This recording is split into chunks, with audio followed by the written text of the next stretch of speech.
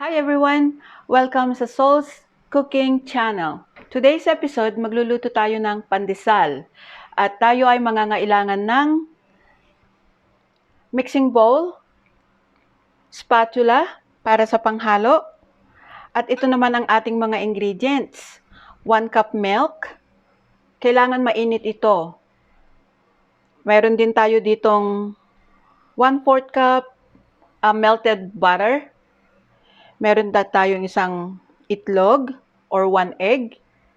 Gagamit din tayo ng yeast or instant yeast. Ang gamit ko dito ay yung active dry yeast. Gagamit tayo dito ng all-purpose flour. Meron din tayong 1/4 cup na white sugar. Gagamit din tayo dito ng 1 teaspoon salt at breadcrumbs for rolling or coating ng finished product natin. At saka 2 tablespoon of oil pang-coat natin mamaya dito sa ating mixing bowl. At dito sa ating mixing bowl, unahin nating ilagay ang warm milk. Isunod naman natin ang ating 1/4 cup melted butter. At saka nating isunod ang isang itlog. Isunod natin ang ating instant dry yeast.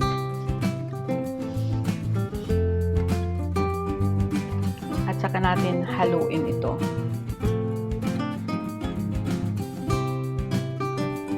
Break lang natin yung egg.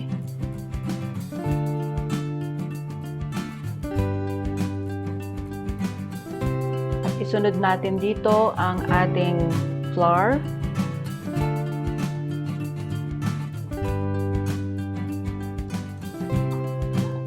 Ang ating sugar.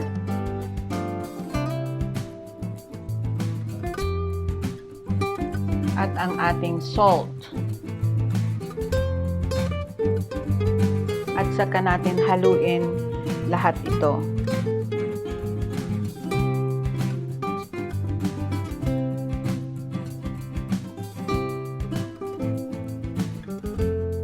Incorporate lang natin ito lahat, guys, hanggang sa ito ay magbuo.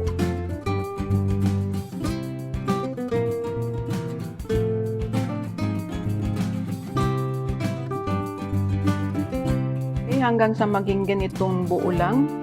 Tsaka natin lagyan ng konting flour at ito ay imamasa na natin.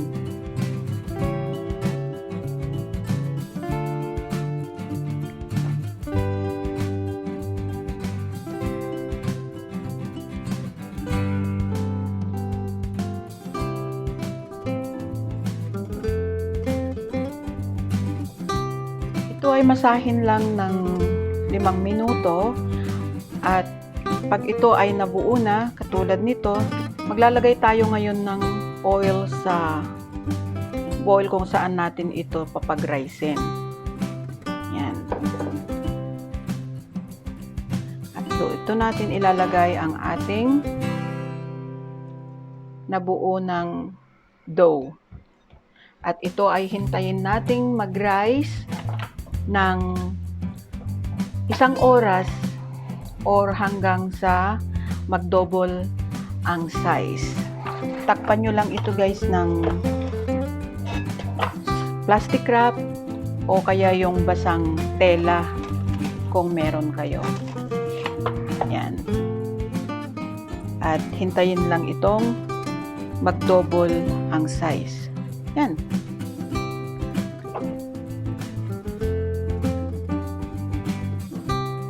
After an hour, guys, ito na yung magiging itsura ng ating dough. Nag-double in size na siya. Ayan.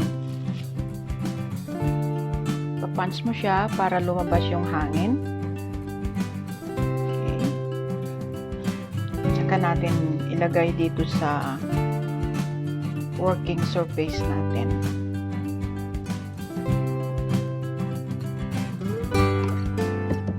Ayan. Hahatiin ko to ng dalawa kasi yung kalahati nito, maglalagay tayo ng cheese.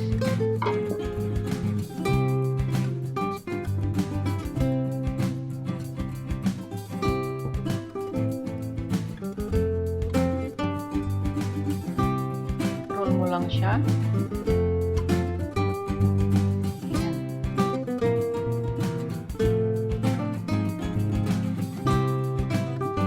Ganun din ang gagawin mo sa ating may cheese. Lalagyan mo lang siya ng cheese sa gitna.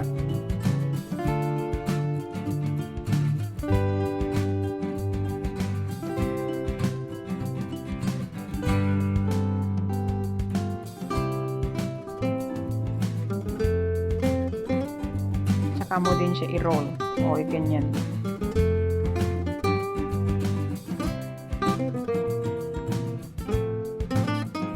I-roll mo din siya sa breadcrumbs.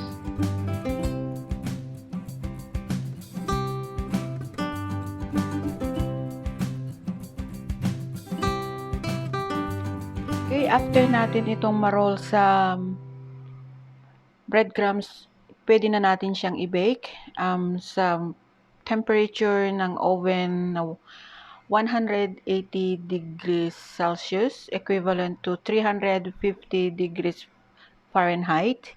At i-bake natin ito sa loob ng 18 to 20 minutes. Okay, ipasok na natin to sa preheated oven at hintayin na lang natin itong matapos ng 18 to 20 minutes, guys. Luto na ang ating pandesal at ito na siya. Ngayon, ito try natin dito sa ating classic one. Ito ang loob niya. Woo! Still smoky, soft and floppy.